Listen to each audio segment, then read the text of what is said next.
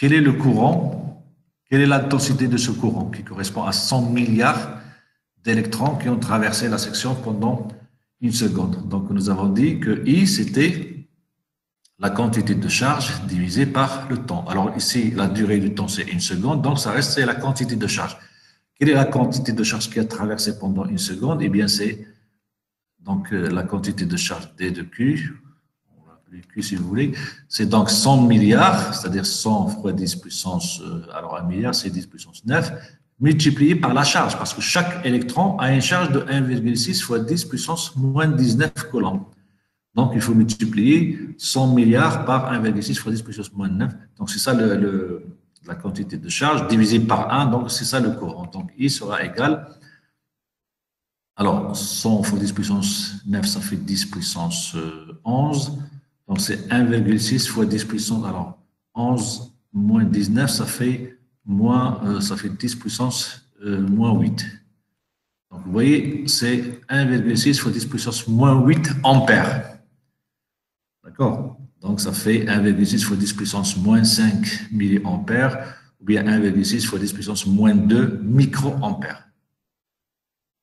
Donc, c'est 1,6 fois 10 puissance moins 2 en microampères. Donc, c'est vraiment un courant très, très faible. Donc, 100 milliards d'électrons, c'est rien. C'est des 0,01 microampères. Donc, voilà un peu pour avoir la signification du courant électrique. Donc, dans un schéma, il faut toujours schématiser le courant, il faut toujours mettre la flèche du courant. Si vous appelez le courant I qui passe dans la lampe, il faut mettre la flèche pour indiquer dans quel sens vous avez choisi votre I. D'accord? Donc, ici, on a un potentiel positif vers le haut. Toujours, on met le potentiel le plus grand vers le haut et le plus bas vers en bas. Hein. Comme ça, les courants, ils descendent. On va pas... Bon, ici, le courant, il va monter, mais ici, il y a un moteur qui les fait monter. Donc, il y a une énergie apportée par la pile. Donc, il y a des réactions chimiques dans la batterie ou bien si c'est un chargeur aussi. Donc, on lui donne de l'énergie pour les faire monter. Mais ici, ils descendent donc, du potentiel le plus grand vers le potentiel le plus bas.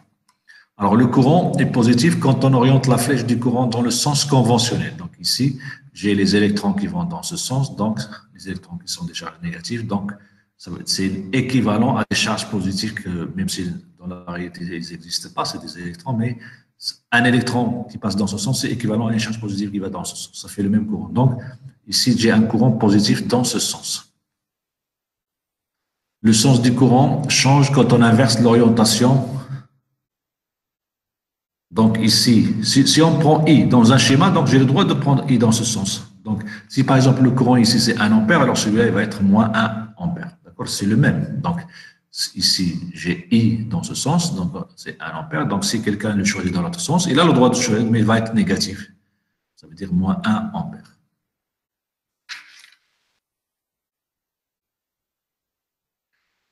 Donc comment on mesure un courant? Alors, pour mesurer les courants, donc on a besoin d'un ampèremètre, un appareil qui mesure les ampères, donc un appareil qui mesure les courants. Alors, en général, souvent, on utilise des multimètres. Alors, un multimètre, c'est-à-dire un appareil qui mesure des volts, donc qui mesure la tension, c'est un voltmètre. Un appareil qui mesure des ampères, donc c'est un ampèremètre. Et un appareil qui mesure des résistances, donc en ohms. D'accord? Il peut mesurer d'autres choses. Il peut mesurer, par exemple, les caractéristiques d'une diode, il peut mesurer, on peut mesurer d'autres choses avec. Mais les trois fonctions principales, c'est ça, voltmètre, ampèremètre et ohmmètre. Alors, pour mesurer un courant électrique, si j'ai un ampèremètre, si je veux mesurer un courant, il faut que ce courant traverse cet ampèremètre, il faut qu'il passe par l'ampèremètre. Donc, je dois brancher l'ampèremètre en série. D'accord? Donc, un ampèremètre, ça se branche en série toujours. Je ne peux pas le brancher en parallèle.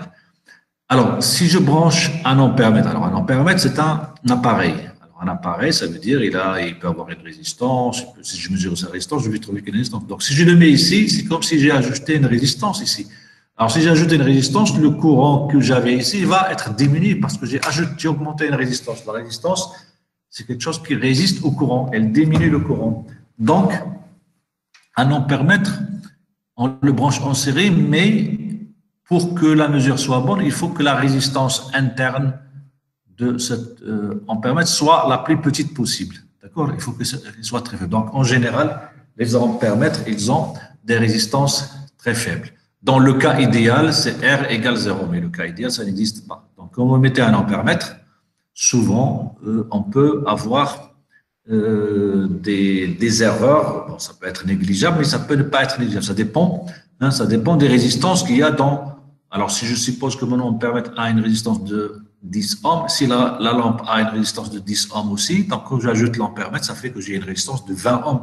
Alors, le courant qui circule dans 20 ohms, c'est pas le même que celui qui circule dans 10 ohms, donc c'est pas la même chose.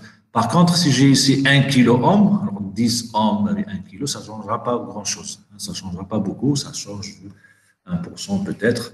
Donc, ce n'est pas très méchant. Donc, un ampèremètre, n'oubliez jamais, ça se branche en série et donc un ampèremètre, il doit avoir une résistance négative. Alors, quand vous utilisez des ampèremètres au laboratoire, alors parfois vous avez des ampèremètres analogiques avec une aiguille, avec une aiguille et des gradations, d'accord? Et puis vous avez des calibres, d'accord? Alors souvent, bon, en général, on prend le calibre le plus grand, comme ça, pour ne pas le griller, mais souvent, parfois, il faut faire le bon choix des calibres pour avoir, parce que quand je passe d'un calibre à l'autre, la résistance change, elle n'est pas la même.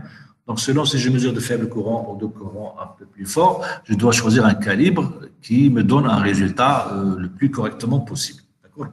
Donc, parfois, vous mesurez avec un mauvais calibrage, vous avez une erreur un peu plus importante.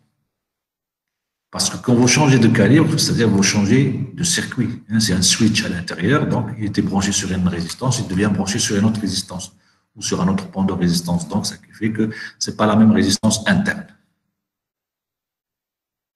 Donc, un ampèremètre, ça se branche en série et il permet donc de mesurer le courant. Ensuite, la page suivante. Donc, puisque c'est une résistance faible, presque zéro, ça veut dire qu'on n'a pas le droit de brancher un ampèremètre en parallèle. Il ne faut jamais brancher un ampèremètre en parallèle. Si vous mettez un ampèremètre ici, c'est comme si vous mettez un fil ici. Hein? C'est-à-dire que vous court-circuitez la lampe, n'existe plus. Tout le courant qui passe par là, il va revenir ici et donc on va avoir ce qu'on appelle un court-circuit. Parce que l'ampèremètre, c'est un fil. Sa résistance est faible, c'est presque un fil. Donc, si vous le branchez en parallèle, ça fait un court-circuit. À ne jamais faire cette erreur. L'ampèremètre se comporte comme un fil. Il ne faut pas le brancher en parallèle. Jamais.